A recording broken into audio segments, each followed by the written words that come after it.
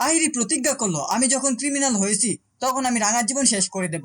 হ্যাঁ বন্ধুরা, রাঙামতি তীরন্দাজ ধারাবাহিকের আজকের পর্বে ধারাবাহিকের শুরুতে আমরা দেখতে পাই রাঙা তার বাড়ির লোকজনকে বলছে, কেমন সারপ্রাইজ দিলাম বল।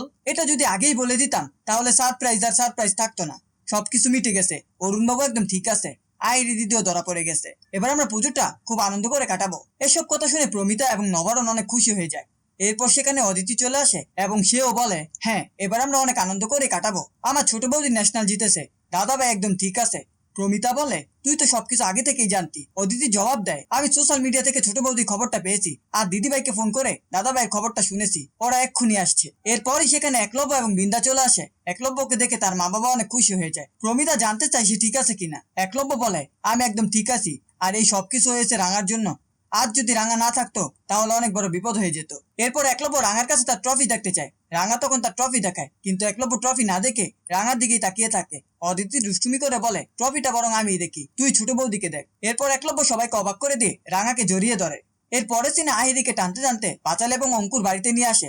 আহিরি বলে, আমাকে ছেড়ে দাও, আমার পেটে লাগছে, তোমরা কিন্তু আমাকে হ্যারাসমেন্ট করছো, আমি কিন্তু পুলিশ ডাকবো এবার।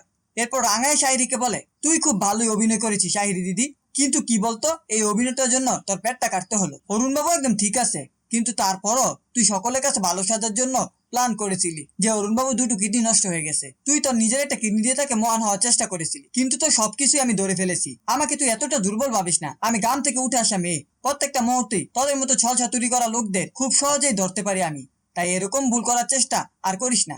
আইরি বলে, তুমি এসব কি বলছো রাঙা, একলব্য তো সত্যিই দুটো কিডনি নষ্ট হয়ে গেছে। একথা শুনে রাঙা রেগে গিয়ে বলে, একদম একথা বলবি না, তুই তো অরুণবাবুকে ভালোবাসতি তাই না, তুই যদি ওকে ভালোবাসতি তাহলে ওর এত বড় সর্বনাশ করতে পারতি না। অরুণবাবুর কিডনি নষ্ট হয়ে গেছে এটা জানার পর তো ও আর কখনো প্লেন উড়াতে পারতো না, এতে করে অরুণবাবু কতটা ভেঙে পড়তো তুই বুঝতে পারছিস, তুই ওকে সত্যিকারের ভালোবাসলে এরকমটা করতে পারতি না। এরপর রাঙা এরিকে বলে, পুলিশ ডাকা হয়েছে, একটু পরে সে তোকে নিয়ে যাবে, এর আগের বারও তোকে পুলিশে দেওয়া হয়েছিল কিন্তু তুই পার পেয়ে গিয়েছিলি, এবার আর পার পাবি না, আর অরুণবাবুও চায় পুলিশ আসুক। একথা শুনে আইর একলব্যকে জিজ্ঞেস করে, একলব্য জানায় সেও চায় পুলিশ এসে তাকে ধরে নিয়ে যাক, কারণ সে যা করেছে সবটাই অ্যাটেন্ড টু মার্ডার কেস। প্রথমে সে লোককে টাকা খাইয়ে সোশ্যাল মিডিয়ায় ভিডিও ভাইরাল করেছে, এরপর সে কিডনি ট্রান্সফার করা নাটক করে পার্মানেন্ট ভাবে এই বাড়িতে থাকার জন্য প্ল্যান করেছে।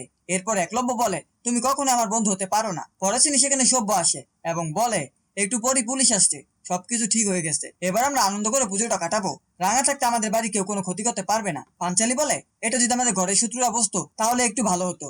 এরপর নবারণ বলে, বৃন্দা এবং সাত্তুকি আমাদের বাড়ির মেম্বার, তারা অনেক অন্যায় করার পরও তাদেরকে আমরা না চাইলেও ক্ষমা করে দিয়েছি, কিন্তু আহিরি তো বাইরের লোক, ওকে কিছুতে ক্ষমা করা যায় না। এরপর আহিরি রাঙাকে বলে, আমি তোমাকে অনুরোধ করছি, আমার জীবনটা শেষ করে দিও না, পুলিশে দিও না আমাকে। পরবর্তী সিনে ড্রয়িং রুমে বোম চলে আসে রাঙার ট্রফি দেখার জন্য। ঠিক সেই সুযোগে আহিরি বোমকে জিম্মি করে নেয় বাড়ি থেকে পালানোর জন্য।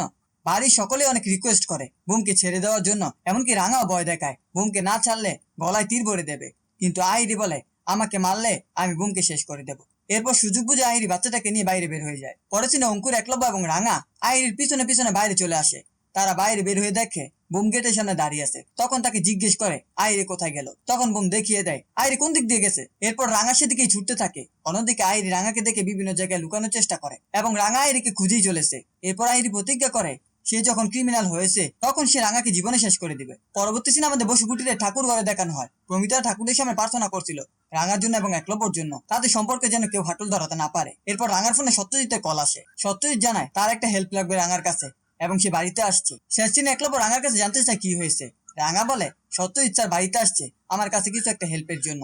একলব্য বলে, তুমি সবেমাত্র ন্যাশনাল জিতেছ, এরপর তোমার আরো অনেক লড়াই রয়েছে, আমি চাই না তুমি এর মধ্যে কোনো বিপদ ডেকে আনো, তাই তো আমি তোমাকে বন কর্মকর্তা হিসেবে জয়েন করতে দেইনি, সেখানে অনেক রিস্ক আছে। তুমি ন্যাশনাল জিতেছ, এরপর আরো বিভিন্ন জায়গায় খেলা রয়েছে, তোমাকে সেগুলো জিততে হবে। এটা আমার স্বপ্ন, আমার মায়ের স্বপ্ন, তোমাকে এটা পূরণ করতেই হবে। সামনে তোমার অলিম্পিক আছে, সেটাও জিততে হবে। এই ছিল রাঙামতি তীরন্দাজ ধারাবাহিকের আজকের আপডেট। ভিডিওটি ভালো লাগলে চ্যানেলটিকে সাবস্ক্রাইব করে পাশে থাকা বেল আইকনটি অন করে দিন এবং আপনাদের মূল্যবান কমেন্ট করতে ভুলবেন না।